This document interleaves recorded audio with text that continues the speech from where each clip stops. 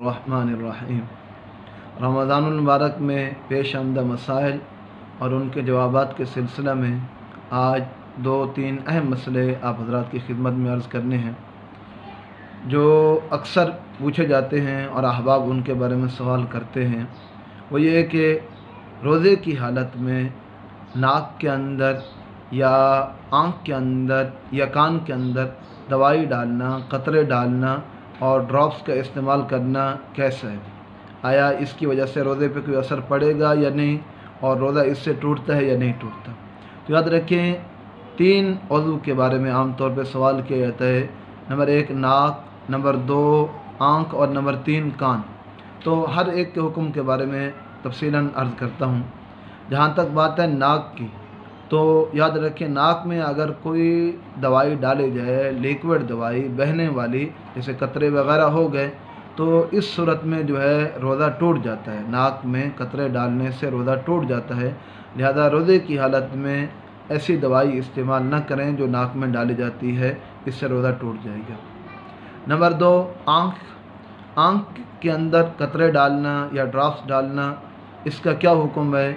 तो आँख के अंदर कतरे डालने से और ड्रॉप इस्तेमाल करने से जो है रोज़ा नहीं टूटता और रोज़े के ऊपर कोई फ़र्क नहीं पड़ता।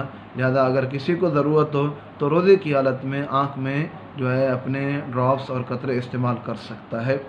और यही हुक्म हो गया सुरमा इस्तेमाल करने का भी। अगर सुरमा इस्तेमाल करना चाहे रोज़े की हालत में तो वो भी दुरुस्त है।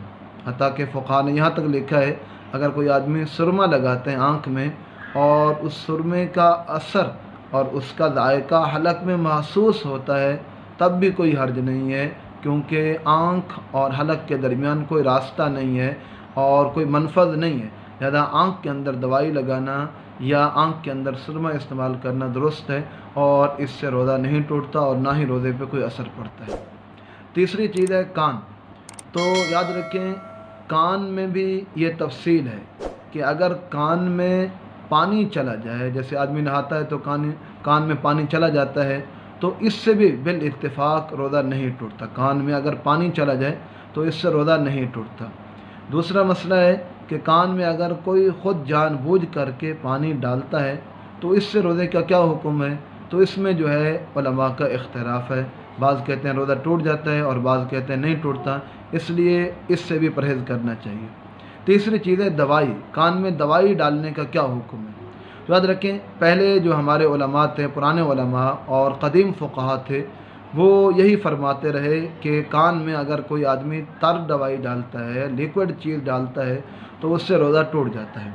और उसकी वजह ये थी कि ये मसला जो है तिब के ऊपर और मेडिकल के ऊपर मौकूफ़ है। असल में इस मसले की बुनियाद इस बात के ऊपर है कि आया कान और दिमाग के दरमियान या कान और हलक के दरमियान कोई रास्ता है या नहीं है। तो पुराने अतिबा की, पुराने जो माहिरीन तिब हैं, उनकी राय ये थी कि कान और दिमाग के दरमियान बराह रास्त या कान और हलक के दरमियान रास्ता मौजूद है।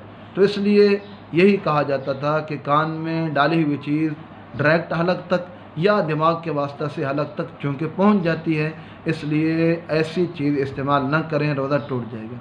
लेकिन अब मौजूदा जदीद तहकीक ये है कि मेडिकल के माहिरीन का कहना ये है कि एक आम नॉर्मल इंसान जिसके कान का पर्दा सही सालिम हो, उसके कान और दिमाग के दरमियान या कान और जो है हलक के दरमियान कोई रास्ता नहीं है, कोई मनफज़ नहीं है। लिहाजा अगर कान में कोई दवाई डाली जाए या दवाई इस्तेमाल की जाए तो वो दिमाग तक या दिमाग के वास्ते से हलक तक नहीं पहुँचती। लिहाजा अब जो है बड़े बड़े हजरात ने, मुफ्ती तकी उस्मानी साहब, मुफ्ती रफ़ी उस्मानी साहब और दीगर जय्यद उलमाए किराम ने यही फतवा दिया है कि कान में दवाई डालने से रोज़ा नहीं टूटता। लेकिन जैसे मैंने पहले भी अर्ज़ किया कि पहले ज़माने के फ़ुक़हा और अब भी बहुत से उलमा यही कहते हैं कि कान में दवाई डालने से रोज़ा टूट जाता है। तो इसलिए मेरी गुजारिश ये होगी और मेरा मशवरा ये होगा कि अगर किसी आदमी को शदीद मजबूरी ना हो तो वो रोज़े की हालत में कान में दवाई ना डालें ताकि इख्तिलाफ़ से बच जाए, क्योंकि इस सूरत में बाद उलमा के नज़दीक रोज़ा टूट जाएगा। हाँ, अगर कोई वाकई मजबूरी है और शदीद तकाज़ा है, दर्द है, तो उस सूरत में फिर जो है कान में दवाई डालना चाहें तो डाल सकते हैं, इस्तेमाल कर सकते हैं, इससे रोज़ा नहीं टूटता। आखिरी मसला वो भी अक्सर पेश आता है और अहबाब पूछते रहते हैं कि रोज़े की हालत में टूथ पेस्ट करने का या टूथ पाउडर करने का क्या हुक्म है। یاد رکھیں روزے کی حالت میں مسواک کرنا تو جائز ہے، چاہے مسواک خشک ہو یا تر ہو، جو بھی ہو اس کو استعمال کر سکتے ہیں۔ لیکن جہاں تک مسئلہ ہے ٹوتھ پیسٹ کا، تو ٹوتھ پیسٹ کے چونکہ عام طور پہ ذرات جو ہیں حلق سے نیچے اتر جاتے ہیں یا اترنے کا اندیشہ ضرور رہتا ہے، تو اس لیے ٹوتھ پیسٹ روزے کی حالت میں نہ کریں۔